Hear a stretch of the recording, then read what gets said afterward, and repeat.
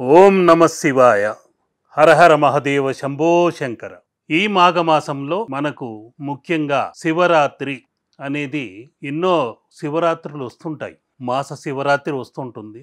అమావాస్యకు ముందు రోజు చతుర్దశి అనేది వచ్చిన వెంటనే మాస శివరాత్రి కూడా ప్రతి నెల మనం ఆ శివాలయాలకు వెళ్ళటము, ఆరాధన చేసుకుంటూ ఉంటాము.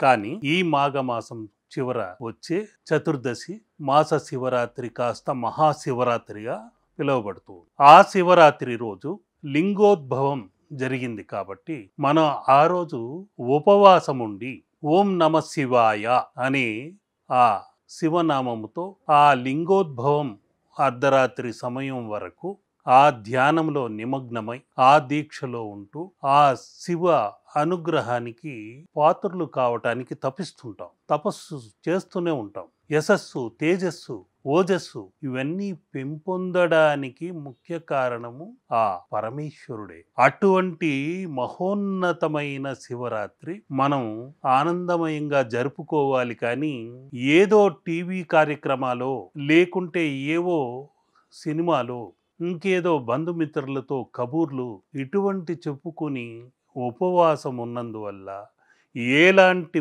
ప్రయోజనము లేదు. మహాశివుడు బోళాశంకరుడు. గంగాజలమంతా ఆయన నెత్తినే ఉంటే, జటాజుటంలో బంధించబడి ఉంటే, మనం పోసే చెంబుడు నీరుకే ఆయన ఉప్పొంగిపోతాడు. అరణ్యములన్నీ ఆయన కైవసంలో ఉంటే 3 మారేడు ఆకులు మనం సమర్పిస్తే చాలు, ఆ ముక్కంటి పరవశించి ఆశీర్వదిస్తుంటాడు. పుష్పములన్నీ ఆయన తేజస్సుతోనే వికసిస్తూ ఉంటే చిన్ని తుమ్మి పువ్వులు 4 సమర్పించిన వెంటనే ఆనందంగా పులకించిపోతాడు. అటువంటి చితాభస్మంలో రుద్రభూమిలో నిత్యం తాండవం చేసే శివుడికి ఆ విభూది గుప్పెడు విభూది అభిషేకం చేసించిన వెంటనే ఆహా అంటూ ఆనందపడిపోయి ఏం వరం కావాలో కోరుకోవయ్యా అంటాడు. అంతటి బోళాశంకరుడు. ఆయనే అనేక రకములైన వృషభ తత్వానికి పశుపతి అయి ఉండి కూడా మనం పోసే ఒక చెంబుడు పాల అభిషేకానికి పరవశంతో మైమరచిపోయి ఆశీర్వదిస్తుంటాడు. సర్వం తానే అయి ఉన్నా మనం చేసే భక్తితో, ఆరాధనతో చేసే చిన్ని అభిషేకాలకు, ఆరాధనలకు ఆ బోళాశంకరుడు ఆనందంగా పరవశించి మనల్ని ఆశీర్వదిస్తూనే ఉంటాడు. ఈ ప్రపంచం పంచభూతాత్మకం. పంచభూత తత్వములు ఆ శివుడే. అగ్నితత్వముతో అరుణాచలేశ్వరుడుగా ఉన్నాడు. భూతత్వముతో ఏకాంబరేశ్వరుడుగా ఉన్నాడు. జలతత్వముతో జంబుకేశ్వరుడుగా ఉన్నాడు. వాయుతత్వముతో కాళహస్తీశ్వరుడుగా ఉన్నాడు. ఇక ఆ ఆకాశతత్వానికి చిదంబరేశ్వరుడై ఉన్నాడు. ఇలా పంచభూతములకు అధినాథుడైన ఆ మహేశ్వరుడు, ఆ పరమేశ్వరుడు, ఆ కామేశ్వరుడు, ఆ మహాశివుడు సతీ సమేతంగా నేనే శివుడు ఒక్కడే అని కాకుండా సగభాగం అమ్మవారికి ఇచ్చే శక్తి సగము, పురుషతత్వము సగము, సర్వము నేనే అంటూ తెలుపుతూ చేసినవాడు కాబట్టే ఆయనను దక్షిణము వైపు అమూర్తిగా ఉన్నాడు కాబట్టి దక్షిణామూర్తి అని కూడా అంటుంటాం. ఓం శ్రీ మేధా దక్షిణామూర్తి అయి నమః అనుకుంటూ ఆరాధించిన మనకు మహాశక్తివంతమైన గురుబలం వస్తుంది. అటువంటి మహాశక్తిని ప్రసాదించేవాడే, మహాశక్తి సమేతంగా ఉన్నవాడే ఆ మహేశ్వరుడు. అటువంటి మహేశ్వరుడు లింగోద్భవం జరిగిన రోజు ఈ శివరాత్రి రోజే. ఈ చతుర్దశి 28న ప్రారంభమై ఆ అమావాస్య ప్రారంభమవుతుంది. 29 6 గంటలకి పూర్తి అవుతుంది. ఈ మధ్య కాలంలో అర్ధరాత్రి లింగోద్భవం జరిగింది.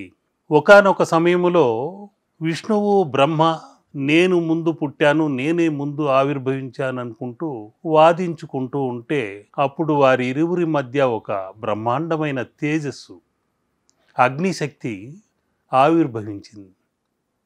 ఆది అంతం లేకుండా కనిపించేసరికి వారు విసిపోయి నీవెవరు, మేమిద్దరమే కదా అని ముందు ఆవిర్భవించింది అని అడిగేసరికి మహేశ్వరుడు ప్రత్యక్షమై మీ అందరికంటే ముందు నేనే ఆవిర్భవించాను, సర్వేశ్వరుడుని నేనే అన్న వెంటనే నీ శక్తి ఏంటో నీ ఆది అంతం ఏమిటో మేము చెప్పగలమంటూ వీరిరువురు చెప్పేసరికి మీరు ఎవరైతే నా ఆదిని నా అంతమును కనుక్కొని వస్తారో నేను వారే గొప్పవారుగా స్వీకరిస్తాను, త్రిమూర్తులలో గొప్పవారుగా ప్రకటిస్తాను అన్నాడు. ఇది క్రీడా విలాసమే. అప్పుడు విష్ణువు వరాహ రూపం దాల్చి అధోముఖంగా పాతాళం వైపు ఆది ఎక్కడుందో అని వెతుక్కుంటూ వెళ్ళాడు. బ్రహ్మ హంస రూపాన్ని దాల్చి ఊర్ధ్వముఖంగా ఆ పై అంతం ఎక్కడుందో, శిరస్సు ఎక్కడుందో కనుక్కుందామని ఆ వెలుగు స్తంభము విశ్వమంతా వ్యాపించి ఉన్న ఆ లింగాకార స్తంభాన్ని వెతుక్కుంటూ పైకి ఊర్ధ్వముఖంగా వెళుతున్నాడు. చివరికి అక్కడ అంతమేదో ఆదేదో కనుక్కోలేక వారిరువురు నిస్సహాయంగా వెనక్కి వచ్చి ఆ శివుడు ముందుగా అందరికంటే విశ్వేశ్వరుడై ఆవిర్భవించాడు కాబట్టి ఇది మహాశివరాత్రిగా లింగోద్భవ దినంగా ఆరాధించబడుతుందని వారిరువురు ఒప్పుకున్నారు. కానీ బ్రహ్మ మధ్యలో చిన్న పొరపాటు చేసినందుకు ఒక గోవును నేను నీ అంతము ఏదో కనుక్కున్నాను, శిరస్సు ఏదో కనుక్కున్నాను అని చెప్పినప్పుడు నువ్వు తల అడ్డుగా ఆడించటమో అవును అని ఒప్పుటమో ఏదో ఒక సంకేతం ఇవ్వాలి అని చెప్పడం జరిగింది. ఆ ఆవు ఈయన నేను అంతం చూశాను, ఆ శిఖరాగ్రం చూశాను అని బ్రహ్మ శిరస్సులో ఒక శిరస్సు చెప్పినప్పుడు ఆ శివుడు మహోగ్రంతో ఆ ఒక శిరస్సును గోటితో ఖండించి వేయడం జరిగింది. బ్రహ్మ చతుర్ముఖుడై ఉన్నవాడు శిరస్సును కోల్పోయి క్షమాపణ వేడాడు. గోవు తల ఊపినందుకు గాను ఇక మీదట సర్వజనులకు గోవు ముఖదర్శనం కంటే కూడా వెనుక భాగమే పూజింపబడుతుందని చెప్పించాడని ఆ రోజు నుండి ఒక పురాణ ప్రతీతి.